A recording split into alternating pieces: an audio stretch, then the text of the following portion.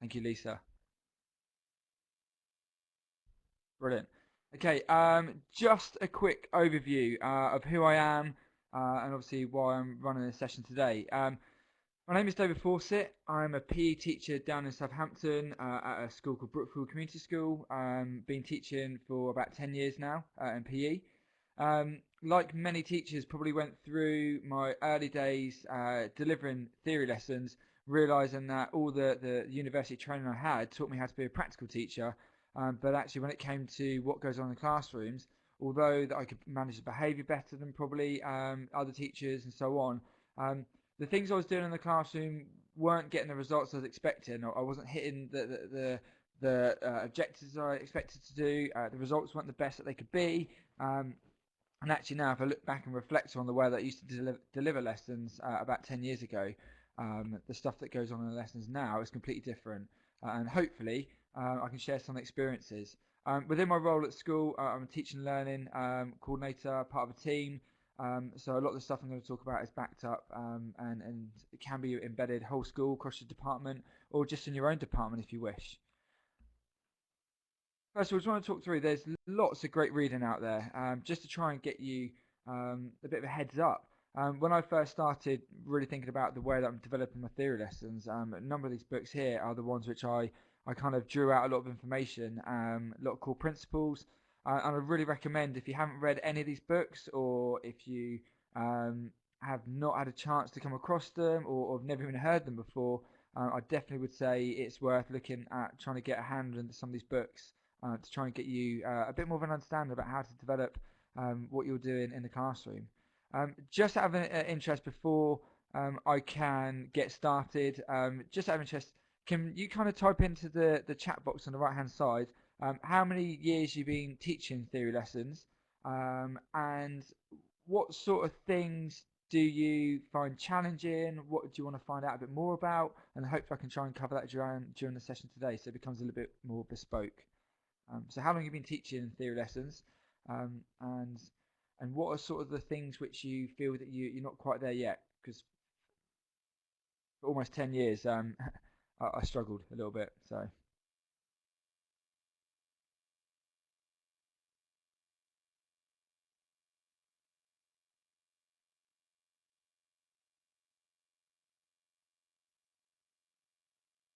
fantastic differentiation. I'm going to be a little bit topical when it comes to differentiation, but hopefully I'll share some stuff with you which can kind of help make sure that all the learners in the classroom get something out of it.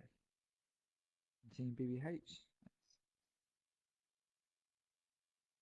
I'm guessing as a team, there's quite a variety there of teaching experience.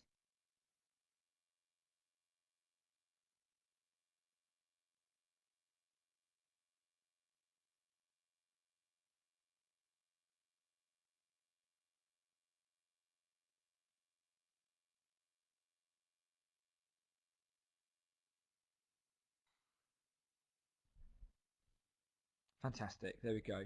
Um, okay, so like I said, first port of call, I definitely recommend getting some of these books. For feedback inside the black box or embedded formative assessment, brilliant. For developing the quality of the work in your classrooms, the top right one called Ethic of Excellence, worth getting. To understanding the way that your students learn in the classroom, Hidden Lives of Learners, really, really good. And to actually make sure things are actually sticking and students actually remember things in the long term, the bottom two middle light blue books are phenomenal. Now, the one on the top left is probably the one that you might have become more familiar about, and that's Visible Learning for Teachers by John Hattie. I'm going to make reference to some of the stuff that he talks about in his book as we go through as well, and show you practically how I've implemented it in my lessons. First thing I'm going to do is just talk through some sort of background information before we actually then start looking at the main 5 or 6 different principles and how we can then develop them. First of all, I'm very much driven by research-based evidence in the classroom. So a lot of the stuff I'm going to talk about today is taken from lots of controlled tests, taken from research, taken from studies, taken from the books we just talked through. I read a lot of research papers as well and try and fizzle out the best bits of information about them. So a lot of the stuff that you're going to find has what's called a high impact size. Um, this is from just an excerpt from Hattie's book, and it's called obviously a feedback there, looking at the different values of how good things are. Anything with a 0.4 is supposed to be the preferential sort of things you should be doing in your lesson. Now, some of the stuff I'm going to talk about today, such as feedback on the screen there, has an effect size of what's called a 0.73. So when I talk through feedback today, some of the ideas, if you use them effectively, are going to have a massive impact on your lesson and hopefully get the students on board a little bit more and actually learn a little bit more. So a lot of stuff's based on research and evidence. The main thing I'm going to try and talk about is, from Stephen Convey, is keep the main thing the main thing.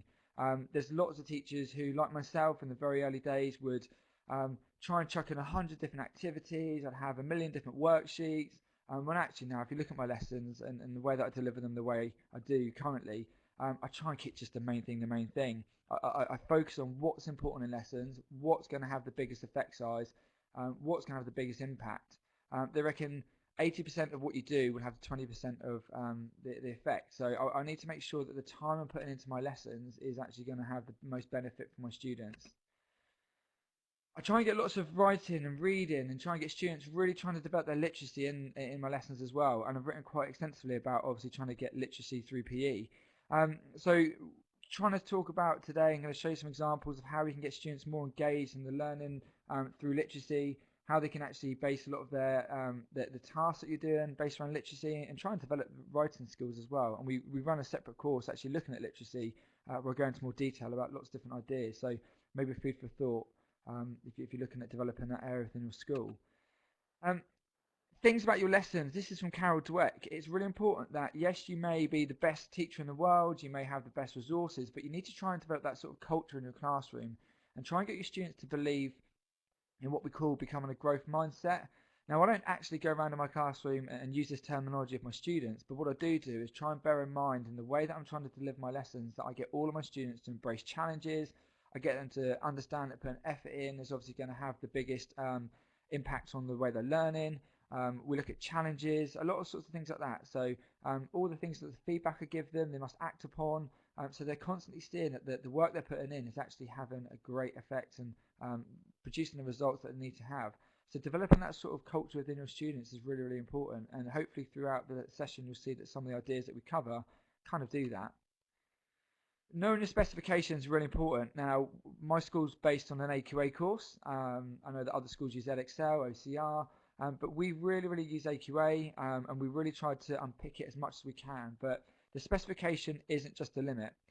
When we talk about differentiation in a moment, or towards the end of the session, we actually do a lot of work with our local colleges and actually try and think about how we can bridge that gap. So some of the differentiation we're doing is actually drawn upon resources from outside of the course. So the point about it is know your specification inside and out, but actually be prepared to step outside your subject, the restraints of your curriculum, and actually look beyond and try and teach topics in a wider depth, in more range and so on, so we can get students to really extend themselves. Busy time doesn't mean good learning in your classroom.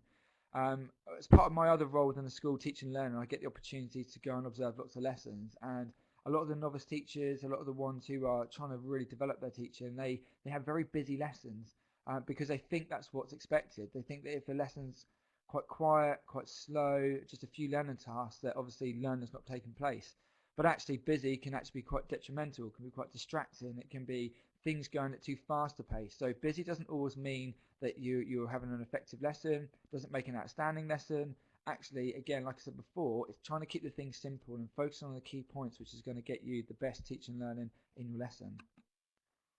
Less is more, pretty much.